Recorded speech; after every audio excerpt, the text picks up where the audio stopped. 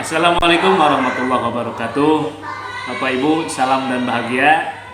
Pada kesempatan kali ini saya akan mempraktekkan supervisi akademik dengan pendekatan coaching dengan salah satu rekan kerja saya di SDN Medal Sari 1, Kecamatan Pangkalan, Kabupaten Karawang. Assalamualaikum Pak Kimti, apa kabar? Waalaikumsalam, alhamdulillah. Baik. Ya, terima kasih Pak Kimti sudah menghubungi dan sudah mau berbagi dengan saya. Pada kesempatan kali ini, seperti kemarin sudah dibahas bahwa kita akan melaksanakan suatu supervisi akademik. Nah, untuk awal, apakah Pak Kimti sudah menyiapkan RPP untuk pelaksanaan supervisi kali ini? Sudah. Coba dapat lihat. Oke. Ini RPP yang sudah Pak Kimti siapkan. Baik. Ya. Oke, Pak Kimti, kalau boleh saya tahu tujuan pembelajaran untuk kegiatan kali ini apa yang akan diajarkan kepada muridnya? Jadi tujuan untuk pembelajaran kali ini ya, saya kan ambil materi, jadi ini jadwalnya kan ya matematika, jadi materinya kan tentang penjumlahan pecahan ya. Yeah. Jadi di sini saya fokuskan untuk pembelajaran kali ini itu untuk penjumlahan pecahan dengan penjemput berbeda. Yeah. Jadi saya rasa itu anak itu agak kesulitan gitu untuk penjumlahan, terutama penjumlahan dan pecahan yang penyebutnya itu berbeda. Kalau penyebutnya sama kan anak agak kesulitan. Cuman kalau untuk yang penyebutnya itu berbeda itu ada kesulitan. Jadi saya mengambil tujuan di sini itu ya, tujuan pembelajaran di sini itu jadi agar anak itu lebih memahami dan terus ke depannya itu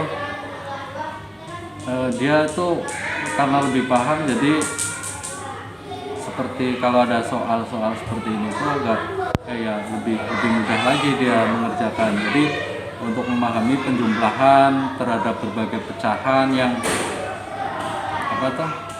penyebutnya berbeda ya. Terus itu tujuan yang kedua ya, saya ingin melatih anak ya agar dapat mengidentifikasi masalah-masalah yang berkaitan dengan penjumlahan pecahan dengan penyebut yang berbeda. Oke, jadi Pak Kimti yang pertama tadi menuliskan tujuan pembelajaran yaitu bagaimana anak dapat memahami dan melaksanakan operasi hitung penjumlahan yang pecahan dengan penyebut yang berbeda. Jadi pada awalnya kalau anak mah pada umumnya ketika penyebutnya sama, mereka tidak terlalu kesulitan. Soalnya kan tinggal menjumlahkan saja. Ketika mulai dengan yang penyebut berbeda, nah di situ terdapat kendala. Sehingga ini tujuannya Pak Kimti menunjukkan yang seperti itu. Kemudian yang kedua, Pak Kimti mencoba menerapkan berarti secara aplikasi ya, secara nyata gitu ya. Intinya mengidentifikasi masalah-masalah yang berkaitan dengan penjumlahan. Intinya berarti secara kontekstual di kehidupan sehari-hari si anak itu, semoga dari pembelajaran yang akan diterapkan nanti si anak dapat mengaplikasikan nih pecahan itu di dalam kehidupan sehari. Kurang lebih seperti itu ya Pak Kimti. Baik. Kemudian Pak Kimti, dari hal ini akan pembelajaran yang akan dilaksanakan pada hari ini, kira-kira Pak Kimti area pengembangannya yang akan dicapai oleh Pak Kimti atau yang hendak dicapai, yang diinginkan pada area apa itu Pak Kimti? Apakah dari misalkan secara pengetahuannya apa, kemudian dari mungkin dari sosialnya atau dari secara spiritual dan lain-lain, bagaimana capaiannya? Jadi untuk mungkin saya fokusnya ke pengetahuan ya. Jadi anak itu lebih bisa lagi untuk menerapkan untuk masalah pecahan. Soalnya untuk matematika ya, khususnya pecahan itu kan ini pelajaran itu berkelanjutan ya, dari SD, SMP, SMA bahkan sampai ke perguruan tinggi juga ada. Jadi kalau misalnya dari dasarnya itu anak nggak paham ya tentang materi matematika ini, nanti kedepannya juga agak sulit gitu. Jadi ya itulah pengembangan saya, fokus saya di situ. Berarti untuk areanya itu lebih paham, lebih bisa tentang pecahan materi ya. Jadi intinya kalau saya ambil kesimpulan, jadi area pengembangan ini peningkatan pengetahuan atau kognitif murid berarti ya. Dalam hal di sini dalam hal ini berarti secara spesifik hitungan pecahan, sehingga nanti kedepannya si anak secara berkelanjutan dari sekolah dasar kemudian SMP, SMA, bahkan nanti di kehidupan sehari-harinya si anak dapat mengaplikasikan bagaimana tentang hitungan pecahan seperti oke. Baik. Kemudian apakah Pak Kimti strategi apa yang akan diterapkan pada saat pembelajaran kali ini? Ada awalnya ya, maksudnya mungkin saya mau ketengahkan dua strategi. Satu strategi yang umum ya. Jadi bagaimana sih cara mengerjakan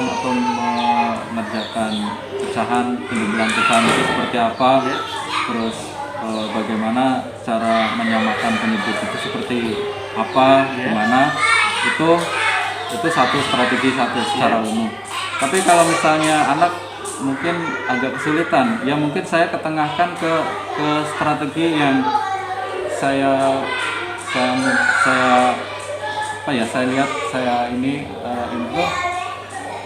akan lebih mempermudah anak gitu. Saya pakai strategi khusus misalnya ya. Baik, Pak Kimti, setelah tadi dijelaskan bagaimana tujuan dan area pengembangan setelah strategi yang ingin dicapai juga dari, apakah ada pendekatan atau metode tertentu yang ingin disampaikan nanti untuk kegiatan pembelajarannya? Ada metode atau apa? Ada metode atau strategi khusus misalkan? Iya, strategi atau metode khusus yang saya ingin sampaikan ya, gimana Mas ya, hitungan secara cepatnya gitu loh.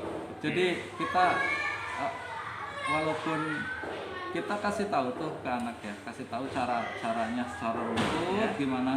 Nah setelah itu, setelah anak agak mengerti ini masalah tentang pecahan, nanti saya mau utarakan satu strategi atau satu metode penghitungan cara cepat. Jadi ada sebenarnya untuk menghitung pecahan, penjumlahan pecahan itu ada shortcutnya seperti itulah.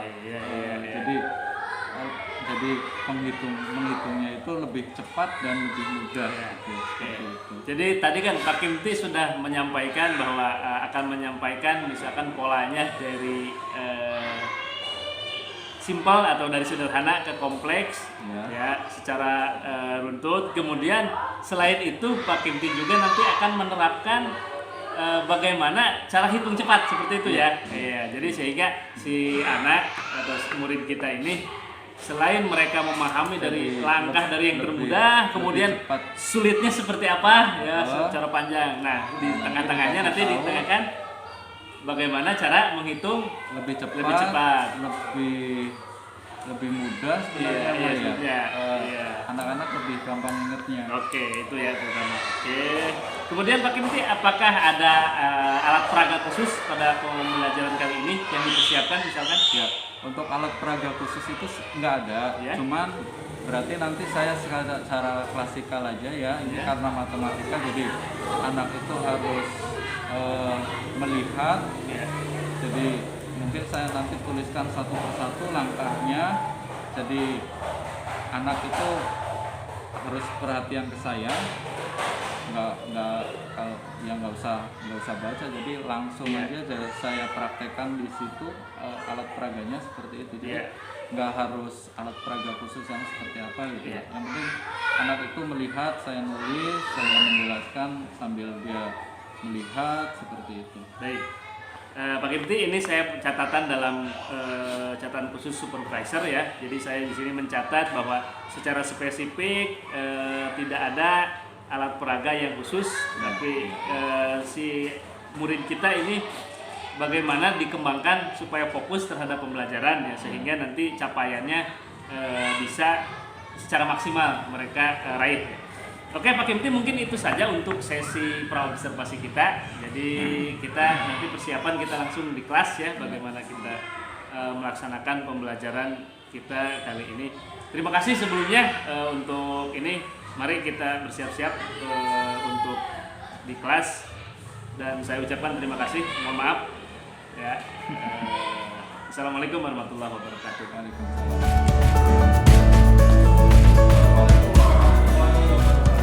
Waalaikumsalam warahmatullahi wabarakatuh. Mas, gimana hari ini, sehat? Sehat. Adakah yang bisa masuk? Ada. Siapa? Ilham sama? Sakit. Si Ilham emang sakit dari kemarin udah izin ya. Jadi nanti perlu dijenguk tuh. Berarti udah 2 hari ini ya nggak sekolah kan? Kalau standar hari ini ya, iya. Emang lagi musimnya sakit. Jadi kalian harus jaga kesehatan ya. Jaga ikut-ikutan sakit. Kalau nanti ikut-ikutan sakit, gimana nanti kelasnya kosong? Enggak. Ya. Jadi jangan jajan sembarangan dan sebagainya. Terus hari ini matematika kita mau belajar melanjutkan materi yang kemarin ya. Jadi hari ini adalah belajar tentang pecahan, penjumlahan pecahan dengan penyebut yang berbeda. Nah kemarin kan udah tuh yang penyebutnya sama ya kan, kalian sudah paham ya? Ya, contohnya misalnya kayak 1/4 ditambah 1/4, nah itu kan penyebutnya sama. Gimana caranya? B nggak apa tuh? Kalau 1/4 ditambah 1/4 jadi berapa?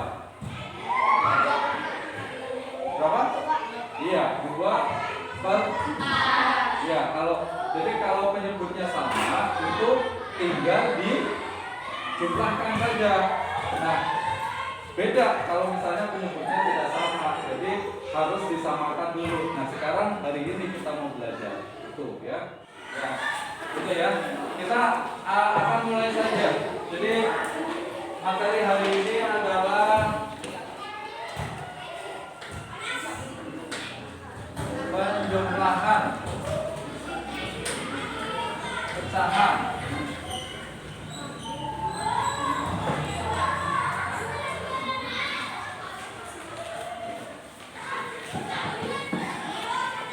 Berpenyebut tidak sama.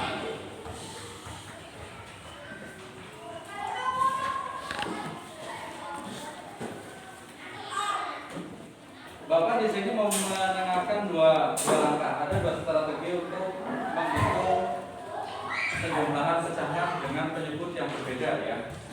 Jadi langkah yang pertama itu apa ya, penjumlahan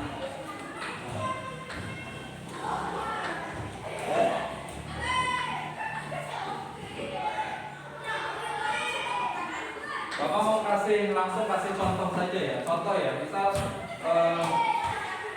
untuk menghitung pecahan. Misal Bapak kasih contoh 1/3 ditambah 1/4 itu sama dengan berapa? Kira-kira sebelum Bapak jelaskan, ada nggak yang sudah tahu? Kira-kira berapa? Berapa? 11. Berapa? 2/7. Ada yang jawab seperti itu? Nah, ini kan penyebutnya berbeda ya. Walaupun pembilangnya sama yaitu 1.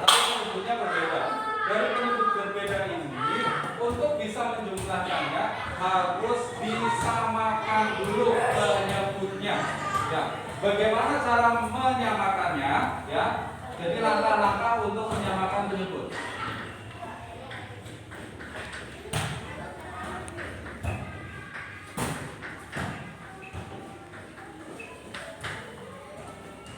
Langkah untuk menyamakan penyebut.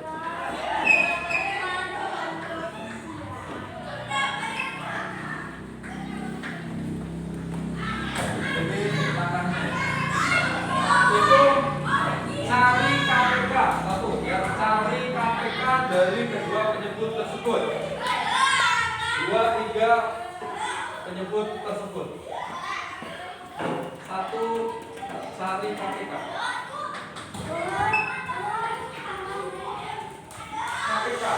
KPK itu apa? KPK adalah kelipatan persekutuan terkecil. Jadi cari KPK. KPK dari 3. Dan berarti cari kelipatan 3. Yaitu berarti 3, 6, 9, ya, 12, terus 15, terus dan seterusnya ya.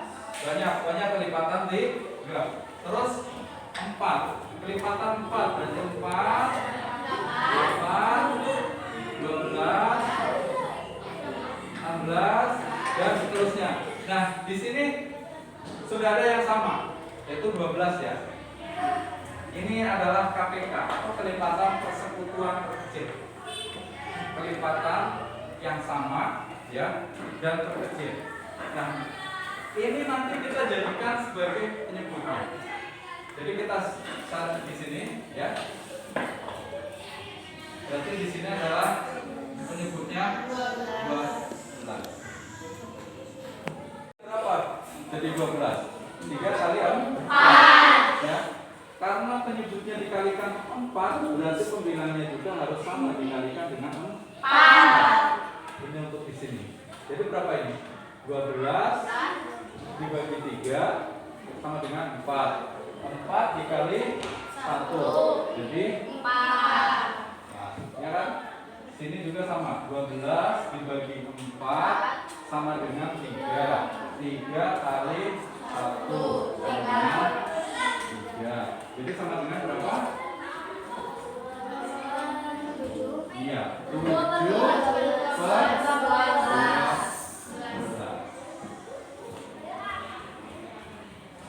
Sampai di sini paham tidak? Cara menghitung atau penjumlahan pecahan yang tidak sama, yang beda. Ya, itu tadi yang Bapak terangkan itu cara mengerjakan pecahan dengan cara biasa yang umum yang ada di buku itu aturannya seperti itu. Nah, sekarang Bapak masih mau kasih tahu bagaimana cara cepat untuk mengerjakan penjumlahan pecahan, ya. Perhatikan ya. Setelah ini nanti Bapak kasih soal kamu kerjakan. Oke. Kalau ada yang kurang paham, tidak mengerti, silahkan langsung bertanya. Bapak di bawah Pak, tanya apa gitu, boleh. Nih, Bapak kasih contoh. Kamu mau sebut aja berapa pecahan? Misalnya 2 per 3 ditambah berapa? 4 per 9 misalnya. Ada 4 per 9. Sudah, di sini Bapak tulis secara cepat seperti itu ya. Secara cepat. Nah, Ini kamu tadi sebutkan ya, contoh kita bikin soalnya begini. 2 per 3 ditambah 4 per 9. Bagaimana biar mengerjakannya lebih cepat? Seperti ini. Kita kalikan silang, ya. Kalikan silang. Berarti 2 dikali 9. Berapa? 18. Tulis 18. Boleh di bawah, boleh di atas. Di atas saja ya. Terus berikutnya berarti 4 dikali 3. Ya, 12. Nah, ini ditambah. Jadi berapa? 18 ditambah 12. Berapa? Di 3. Nah, 30. Itu dijadikan, ini adalah pembilangnya. Terus penyebutnya berapa? Penyebutnya kita samakan. Berapa tuh? 3 kali 9. Sebenarnya jangan 3 kali 9. KPK dari 3 dan 9. Oke, 3 kali 9 berapa? 27. Nah, ini bisa kita sederhanakan ya. Bisa kita sederhanakan 30 per 27 itu bisa kita sederhanakan, yaitu dibagi berapa? Dibagi 3 ya.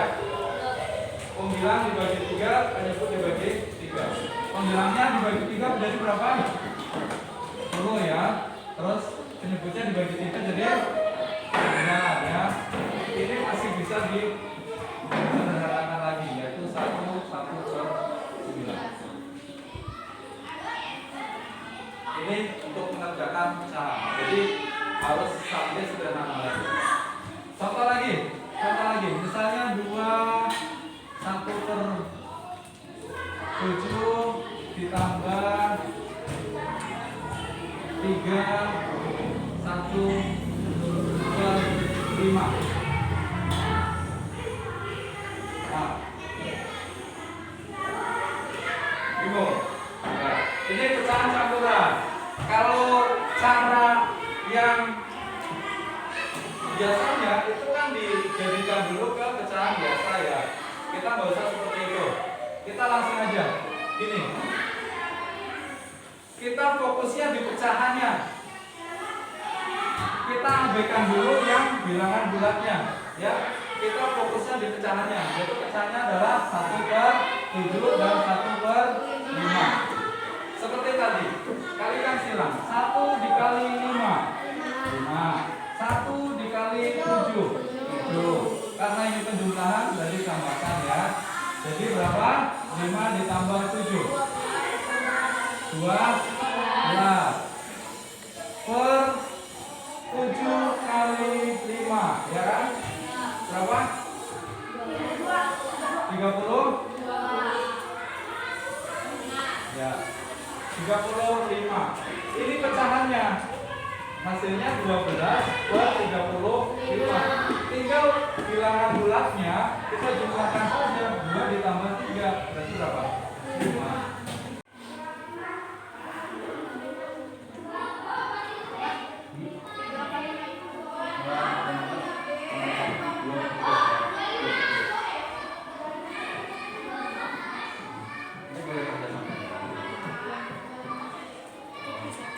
Yang mana? 3 ya, 5. 3 per 3. 2 per 3. 4 per 6.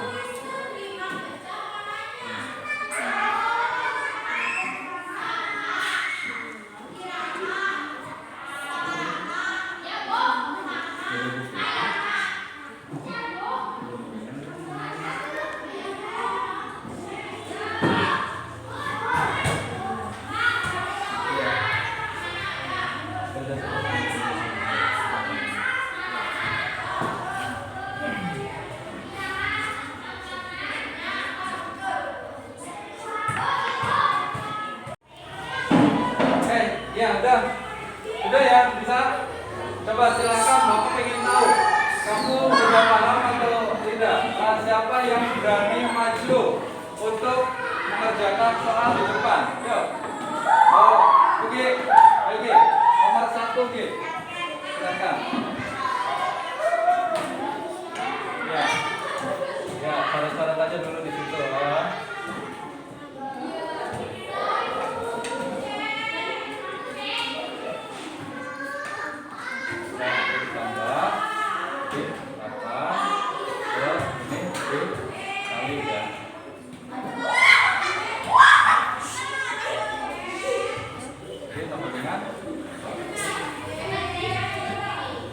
Ya. Betul tidak? Betul ya? Ya, tepuk tangan. Betul. Sekarang siapa lagi yang mau maju coba ke depan? Ah, Putri ya, silakan si Bila. Nomor berapa dia? Silakan deh. Pilih. Nomor berapa? Kalau yang pertama maju, awal-awal maju itu bisa miring ya. Ya, oke. Ya, silakan ya. Diapain ini? 15 di apain? Ayat tambah. Berarti berapa? 9 per ya. Ya. Betul ya? Betul ya? Betul.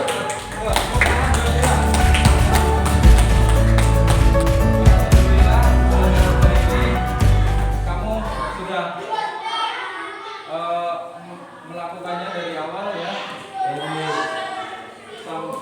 sampai kamu juga udah bisa mengerjakannya.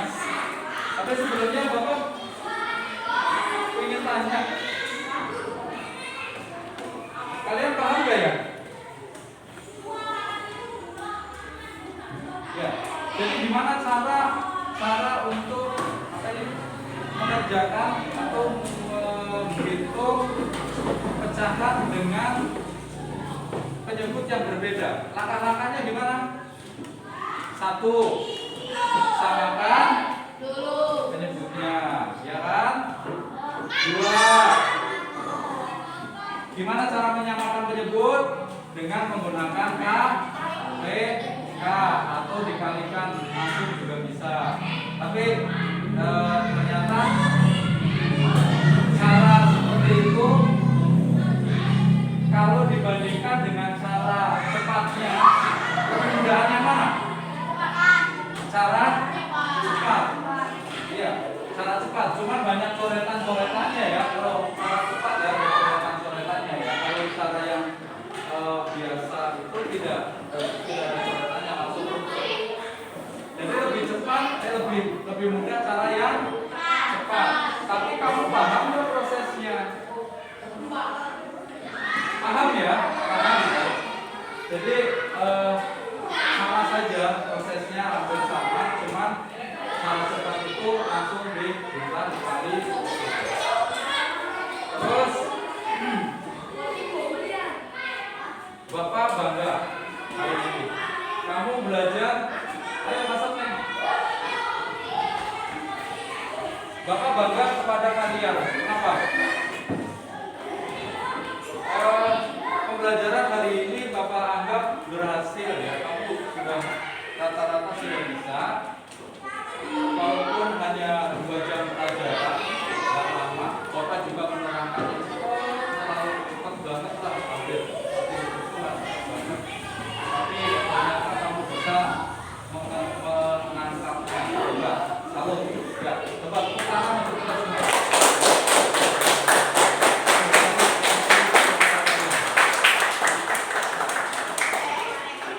Ya, sebelum Bapak akhiri pembelajaran ini, ya, Bapak berpesan karena sekarang itu cuaca lagi sudah mendukung ya. Sekarang panas banget, nanti sore hujan, lebat, malam dingin. Begitulah. Jadi Bapak pesan kalian harus selalu jaga kesehatan. Ya. Ini Bapak juga pakai masker nih, kenapa nih? Ya. Aku bilang sedikit. Jadi biar jangan nular kalian. Jadi pesan Bapak, 1, jaga kesehatan. 2, ya, terus belajar lagi. Ya, belajar terus. Ini pelajaran yang sudah didapat hari ini, di rumah nanti dilatih lagi. Ya. Terus nanti Bapak kasih PR ya. Jadi untuk berlatihkannya di rumah. Ya, terakhir itu. Nah, jadi pelajaran hari ini Bapak selesai, saya Bapak akhiri ya. Jadi tapi sebelum Bapak akhiri, kalian baca doa dulu. Ya, dipimpin Mama. Ya.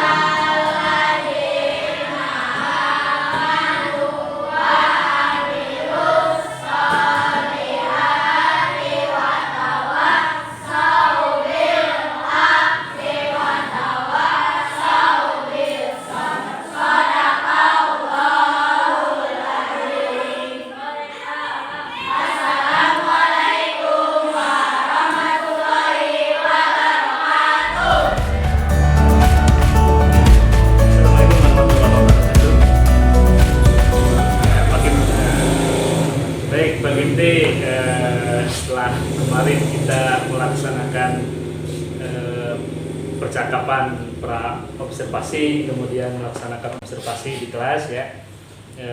Hari ini kita lakukan sesi lanjutan yaitu percakapan pasca observasi.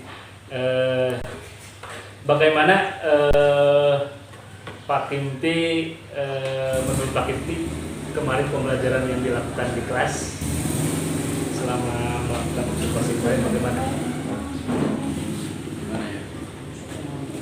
Ya berjalan sih. Ya. Ada kekurangan mungkin ya. Ya. Berjalannya seperti apa Pak Kimti? Ya berjalan lancar kan dari awal bukan sampai akhir. Ya anak juga lumayan lah aktif terus. Ada ini maksudnya apa?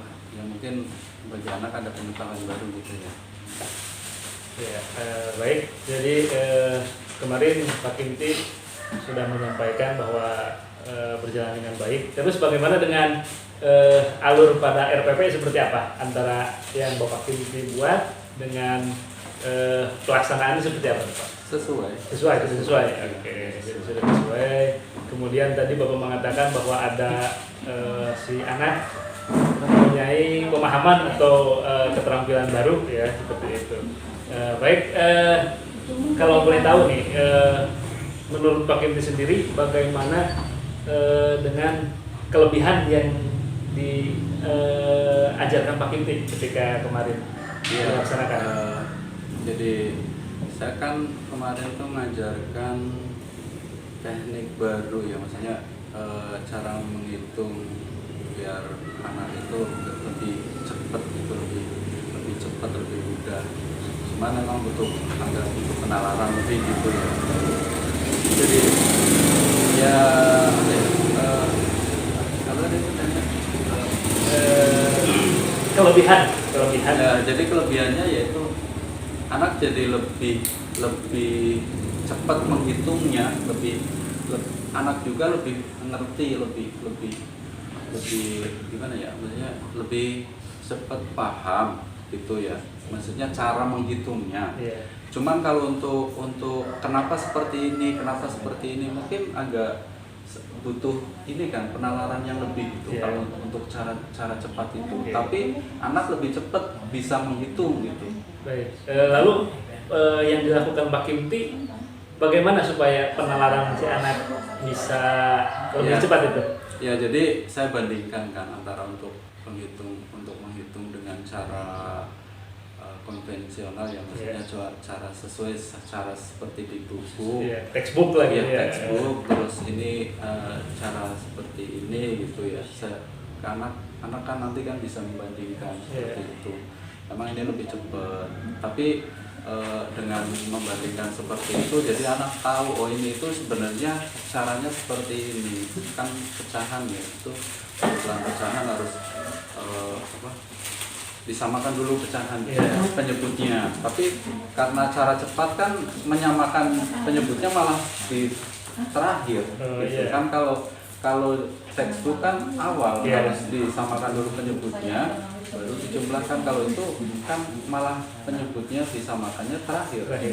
Soalnya nggak ada proses penyamaan penyebut sebenarnya, cuma langsung jadi gitu untuk penyebut gitu. Tapi kan anak kan udah tahu kan prosesnya seperti itu. Tapi sejauh ini yang diajarkan apakah anak tahu itu proses bahwa itu adalah pembilang dan penyebutnya itu seperti tahu. Itu apa gitu? Iya tahu, jadi soalnya kan udah dikasih tahu dulu, maksudnya udah diajarkan dulu untuk kalau penjumlahan pecahan itu penyebutnya harus disamakan dulu, itu satu, itu anak harus tahu dulu kan, jadi anak udah tahu. Jadi nanti biar hitungnya lebih cepat seperti ini. Oke. Ya. Itu apa yang tadi saya disampaikan Pak Kimti ya. Jadi sejauh ini si siswa dibelajarkan bagaimana teknik cepat, kemudian walaupun tidak textbook atau tidak sesuai dengan yang ada di buku, tapi dengan cara cepat ini bisa disimpulkan oleh Pak Kimti bahwa si anak sudah mampu menguasai gitu ya, setidaknya sebagian besar lah ya. Oke, baik Pak Kimti, dari pembelajaran yang kemarin ya, setelah Pak Kimti melihat adanya kelebihan, mungkin ada kekurangan yang dirasakan oleh Pak Kimti dalam pembelajaran kemarin seperti apa? Ya kekurangannya yaitu karena saya mengajarkan cara cepat ya, dan itu nggak ada di buku ya, sebenarnya nggak ada di buku. Jadi anak kan harus lebih nalarnya itu, daya nalarnya itu harus lebih dikembangkan lagi gitu loh. Nah, untuk mengembangkan daya nalar itu tuh agak gimana ya, agak sulit sedikit gitu loh. Gitu. Jadi intinya memang caranya cepat, iya, tapi butuh daya nalar yang lebih tinggi lagi. Nah, kira-kira Pak Kimti ada tidak nanti ke depan seperti apa tuh si anak supaya bisa penalarannya lebih cepat? Ya sering latihan. Harus sering latihan. Ya, sering latihan. Di mana itu latihannya? Ya mungkin sebelum, maksudnya ke pelajaran inti ya, di apersepsi gitu kan, anak diingatkan lagi. Misalnya kalau cara cepat kayak gitu nggak dilatih tuh ya lupa, gampang lupa. Itu cepet. Soalnya pengalaman saya beberapa kali ya, saya untuk matematika ya, perkalian misalnya pakai jari matika, udah berkali-kali saya. Cuman karena anak kurang berlatihnya, itu ya dari sekian anak paling satu anak yang masih ingat gitu. Padahal hanya jarak 1 minggu misalnya. Saya kasih tuh pakai jari matika, ternyata lupa. Tapi anak mungkin sukanya coret-coret kali ya. Ya saya pakai cara lain lagi untuk perkalian ya, khusus untuk perkalian. Nggak pakai jari matika, ada tuh ternyata untuk cara yang mengajarkan lebih cepat, tapi coret-coret harus coret-coret. Tapi anak lebih cepat loh itu daripada pakai jari. Soalnya jari kalau nggak dilatih anak gampang lupa. Jadi kalau dari penjelasan Pak Kimti bahwa ya harus sering latihan, diperlukan latihan berulang-ulang berarti ya. Jadi nanti pun mungkin Pak Kimti akan menerapkan metode atau strategi yang lain ya. Kira-kira strategi apa tuh untuk membelajarkan untuk si anak supaya kalau misalkan dari jari matika ya, Pak Kimti berarti melatih anak supaya terus-terusan berlatih gitu ya. Terus kalau dengan cara yang lain tadi, apakah sudah atau sudah dilatihkan? Nah, bagaimana hasilnya? Jadi menurut saya itu pakai jari itu gampang, mudah. Tapi ternyata anak enggak. Gampang lupanya. Anak tuh gampang lupanya. Soalnya pakai jari itu di sini nih, di awang-awang tuh. Mencongak harus ini seperti ini seperti ini. Ya daya nalar lagi. Makanya saya ganti pakai tapi coret-coret ya. Ini ke ini. Jadi walaupun perkalian, tapi itu seperti penjumlahan caranya. Jadi anak lebih suka seperti itu, tulis-tulis. Soalnya nggak dibayangkan kan, kalau pakai jari itu dibayangkan, susah loh. Iya betul. Baik. Oke, jadi Pak Kimti akan menerapkan tadi selain jari matika dengan sistem ada yang terbaru ya. Baik, sekarang dari hasil pembelajaran kemarin ya, dilihat dari kekurangan dan kelebihannya. Nah, rencana ke depan Pak Kimti, tindak lanjut Pak Kimti di kelas akan seperti apa? Terbukti ya kemarin tuh ada kelebihannya ya, walaupun anak diajak untuk bernalar itu agak sulit ya, tapi kalau dilatih terus sih saya yakin sih anak bisa.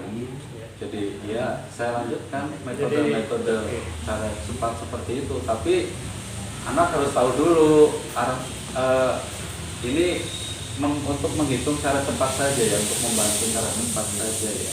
Tapi anak ya harus tahu caranya yang benar di buku itu seperti apa, harus tahu.